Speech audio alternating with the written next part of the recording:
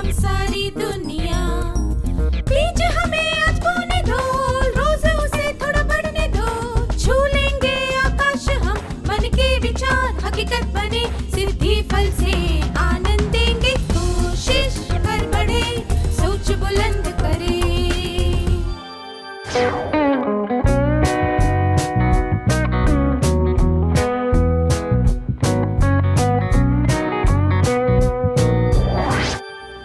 नमस्ते छात्रों, आप सबसे फिर से मिलकर खुशी हुई।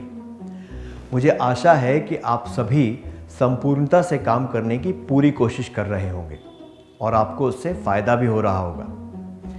पिछले सत्र में हमने सीखा था कि संपूर्णता का अर्थ क्या होता है और उसके क्या फायदे होते हैं। किन लक्षणों की मदद से हम सारे काम संपूर्णता से कर सकते हैं। आइए एक शब्द पहेली द्वारा हम ये जानने की कोशिश करते हैं।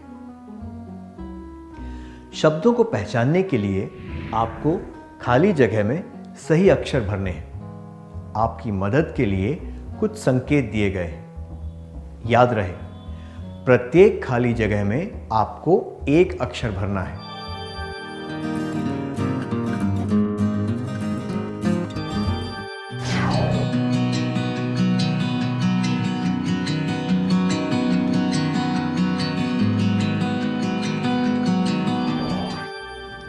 क्या आपने पहेली हल कर ली? क्या हम उत्तर जांच लें? धीरज का फल मीठा होता है।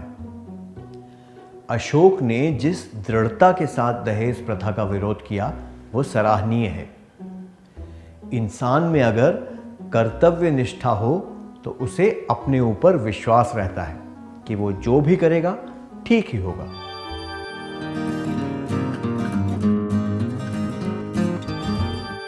जिन छात्रों के उत्तर सही थे उन्हें बधाई। तो हमने देखा कि संपूर्णता के लिए हमें धीरज, दृढ़ता और कर्तव्य निष्ठा के लक्षण होने चाहिए। संपूर्णता के लक्षण: धीरज, दृढ़ता और कर्तव्य निष्ठा।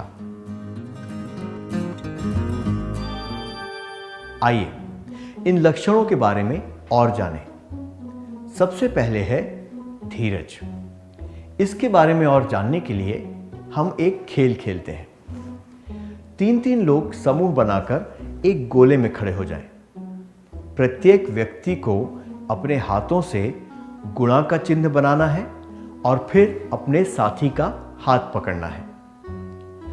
गुणा का चिन्ह बनाने के बाद अपने दाहिने हाथ से अपने बाईं ओर खड़े व्यक्ति का बायां हाथ पकड़ें और अपने बाएं हाथ से दाईं ओर खड़े व्यक्ति का दाहिना हाथ पकड़ें।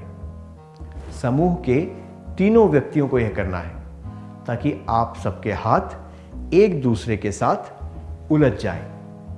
इस तरह हाथ पकड़ने से आप तीनों के हाथों के बीच एक त्रिकोण बन जाएगा।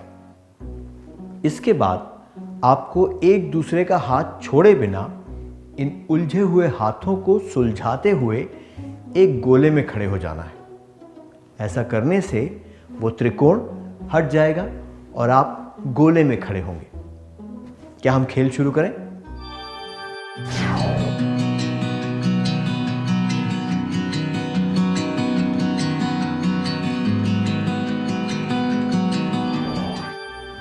क्या आपको इस खेल में मजा आया?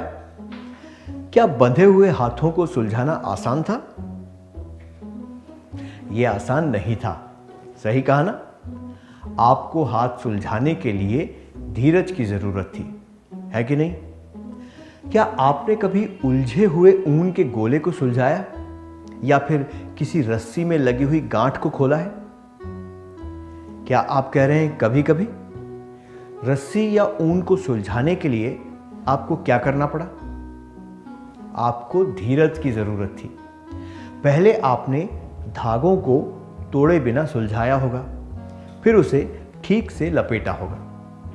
अगर आप धीरज नहीं रखते तो धागा टूट जाता या फिर गांठ और भी उलझ जाती। हमने इससे क्या सीखा? कई बार लोग संपूर्णता से काम नहीं कर पाते क्योंकि उनमें काम को विस्तार से देखने का धीरज नहीं होता, या फिर कभी कभी उनमें काम को पूरी तरह से खत्म करने का धीरज नहीं होता है। धीरज रखने से हम काम के सभी पहलुओं पर ध्यान दे पाते हैं और काम को संपूर्णता से पूरा कर पाते हैं। अब हम दृढ़ता के बारे में बात करेंगे। क्या आप अपनी उंगलियों को इस तरह कर सकते हैं? अब यह करके बताइए।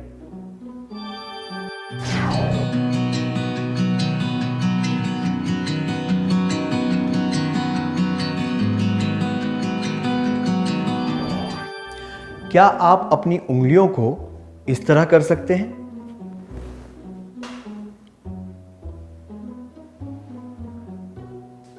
अब ये करके बताइए। क्या आपने कर लिया? नहीं? चलिए मैं फिर से करके दिखाता हूं और आप मेरे साथ कीजिए। पहले ऐसे, फिर यूं, ये। अब आप समझ गए कि ये कैसे करना है? क्या आप फिर से करके दिखाएंगे? अब आप कर सकते हैं, है ना? इस बार ये काफी आसान था, है कि नहीं? आपने फिर से कोशिश की, इसलिए आप इसे कर पाए और आपको थोड़ा आसान लगा। हमने इससे क्या सीखा? अगर हम बार बार कोशिश करें तो हम कठिन कार्य भी पूरा कर सकते हैं। संपूर्णता का एक लक्षण है दृढ़ता। जब कुछ भी ठीक नहीं चल रहा हो तब उस काम में डटे रहने से हम कठिन कार्य को भी अच्छी तरह पूरा कर पाते हैं। अब कर्तव्य निष्ठा के बारे में चर्चा करते हैं। आपको बर्तन धोना बहुत उबाऊ लगता है, पर आपके पापा किसी काम से बाहर गए हैं और आपकी मां की तबीयत ठीक नहीं है। आपको ये काम पसंद नहीं है, फिर भी अपनी मां के लिए आप ये जरूर करेंगे, है ना? आप ऐसा क्यों करेंगे? अपने घर के काम करना और माता पिता की मदद करना आपका कर्तव्य है, इसीलिए आप करेंगे, है ना? चाहे कोई काम बड़ा हो या छोटा, पर कर्तव्य निष्ठा होने से हम संपूर्णता से काम कर पाते हैं और हमें सफलता भी प्राप्त होती है। अगर हम हर काम को गंभीरता से लें और उसे पूरा करें तो हम संपूर्णता प्राप्त कर पाएंगे। हमने उन लक्षणों के बारे में जाना जिनकी मदद से हम संपूर्णता से काम कर सकते हैं, पर वास्तविक जीवन में संपूर्णता की राह में कई चुनौतियां आती हैं। आइए देखें कि वे चुनौतियां क्या हैं। एक खिलाड़ी का उदाहरण लेते हैं जो एक खेल में जीत नहीं पाया। उसकी हार का एक मुख्य कारण यह था कि उसने पूरी तैयारी नहीं की थी। आइए अब एक क्रियाकलाप करते हैं। मेरे पास कुछ कथन है। आइए देखते हैं कि आपके लिए ये कथन कितने सही हैं। उचित डिब्बे में सही निशान लगाकर इन कथनों के उत्तर दें। 1. जब कोई कठिन विषय पढ़ाया जाता है तो मैं ऊब जाती हूं या ऊब जाता हूं और मुझे कड़ी मेहनत करने की इच्छा नहीं होती। 2. जब कोई सवाल जाना पहचाना होता है तो मुझे लगता है मैं इसे हल कर सकता हूं या कर सकती हूं। मैं रुककर ये नहीं जांचता या नहीं जांचती कि मैं सही तरीके से हल कर रहा हूं या कर रही हूं या नहीं। 3. कई बार अच्छी तरह पढ़ाई करने के बाद भी मैं सारी बातें याद करके ठीक से नहीं लिख पाता या नहीं लिख पाती। हमेशा, कभी कभी, कभी नहीं।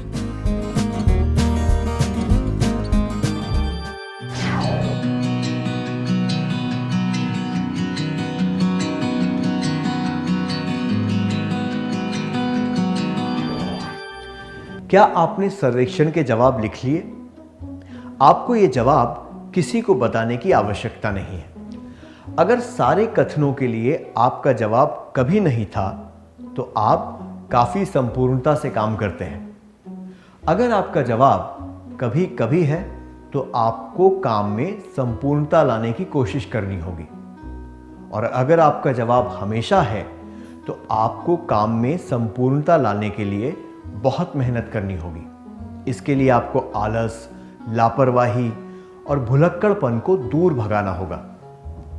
क्या कुछ क्रियाकलापों के द्वारा हम इन्हें अच्छी तरह समझने की कोशिश करें? किशोर को गणित में बहुत कम अंक मिलते हैं क्योंकि उसे बीज गणित पसंद नहीं है। उसे हमेशा चर वाले व्यंजकों को समझने में परेशानी होती है, इसलिए वो बीज गणित के प्रश्नों के उत्तर नहीं लिखता। प्रश्न पत्र में 40% अंक बीज गणित के होते हैं और इस वजह से उसे हर बार 40 अंक कम मिलते हैं। ये 40 अंक लाने के लिए किशोर को क्या करना चाहिए? 1. उस दिन का इंतजार करना चाहिए जब पाठ्यक्रम से बीजगणित निकाल दिया जाए। 2. बीजगणित की अवधारणाओं को ठीक से समझने की कोशिश करनी चाहिए। 3. बीजगणित के सारे सवालों को रट लेना चाहिए और उम्मीद करनी चाहिए कि इनमें से ही कोई सवाल परीक्षा में पूछा जाएगा।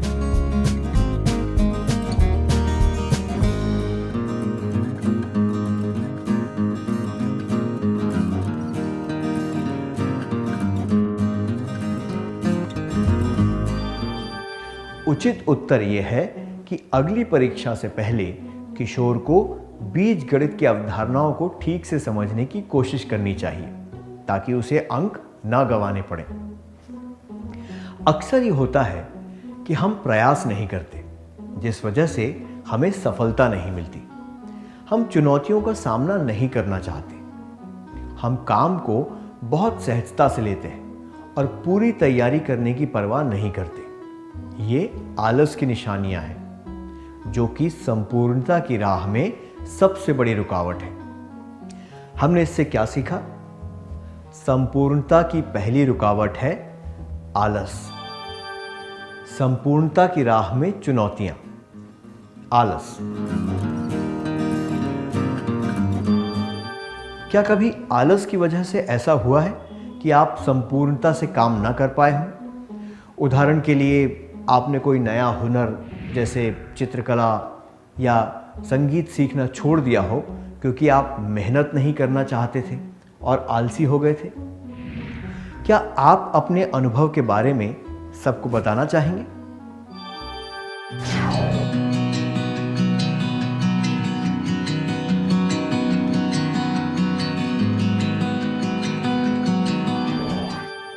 अपने अनुभव के बारे में बताने के लिए शुक्रिया। क्या अब हम एक और क्रियाकलाप करें? अब गणित का एक आसान सवाल 2 सेकंड के लिए स्क्रीन पर दिखाया जाएगा।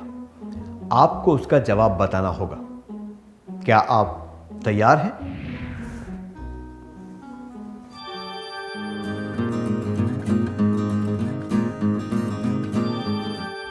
क्या आपने हल कर लिया?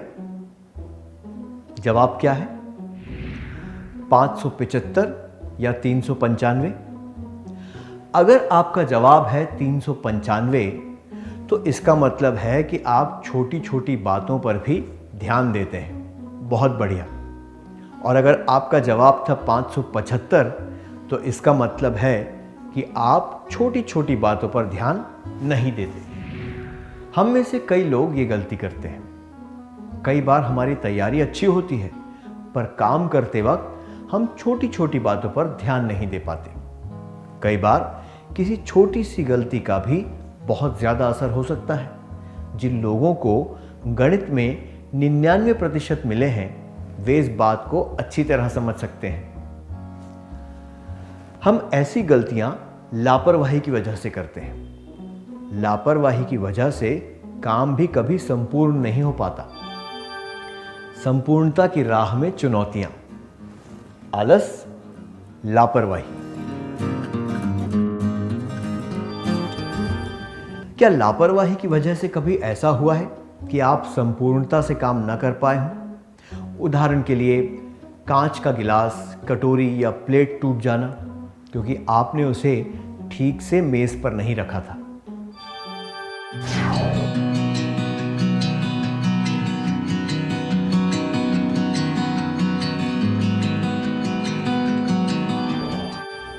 अपनी गलती स्वीकार करने के लिए धन्यवाद। अब अगली चुनौती पर ध्यान देते हैं। एक प्रोजेक्ट के लिए विज्ञान की शिक्षिका ने आपको कुछ पत्तियां और फूल नोटबुक में चिपकाने को कहा है।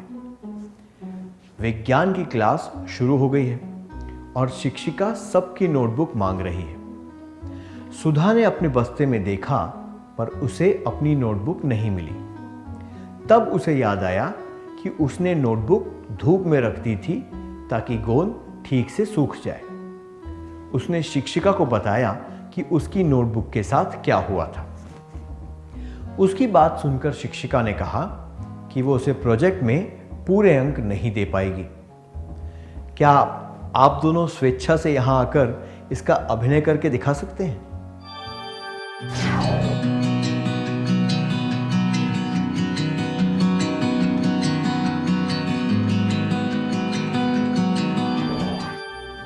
धन्यवाद, आपने बहुत अच्छा अभिनय किया।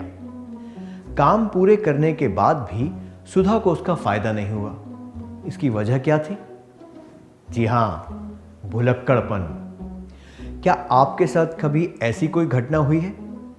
क्या आप में से कोई 2 छात्र इसके बारे में सबको बताना चाहेंगे?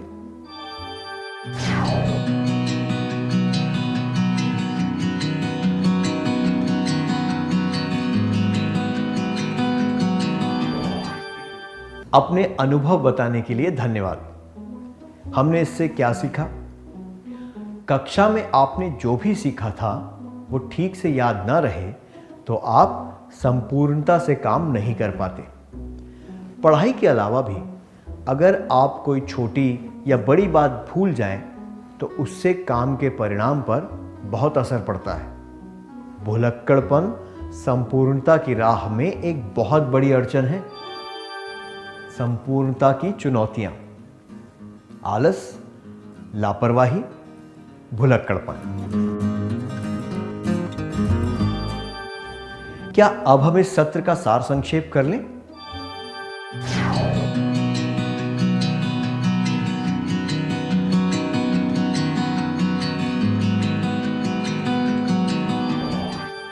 संपूर्णता के लक्षण: धीरज, दृढ़ता, कर्तव्यनिष्ठा। संपूर्णता की चुनौतियां: आलस, लापरवाही, भुलक्कड़पन। अच्छी तरह सार संक्षेप करने के लिए धन्यवाद।